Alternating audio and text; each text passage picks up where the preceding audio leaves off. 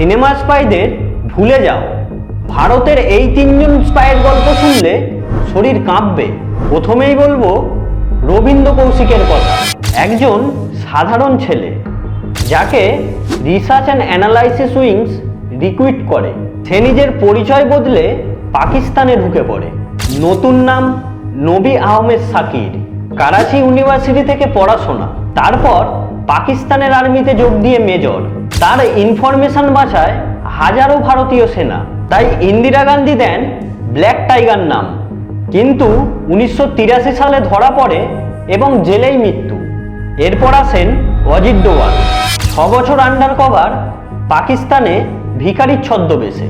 একদিন তিনি বারবার সব থেকে সায়েন্টিস্টদের চুল কালেক্ট করে। টেস্টে পাওয়া যায় রেডিয়েশন এবং প্রমাণ হয় নিউক্লিয়ার প্রোগ্রাম। আর একজন শেহমত খান, নিজের বাবার কথা রাখতে পাকিস্তানি আর্মি ফ্যামিলিতে বিয়ে। 1971-এর যুদ্ধে তিনি বাঁচান আইএনএস বিক্রান্ত, কিন্তু সন্দেহ হওয়ায় নিজের স্বামীকেই হারাতে হয়। শেষে ফেরেন ভারতে, প্রেগনেন্ট, একা। এরা সিনেমার না, এরা রিয়েল হিরো।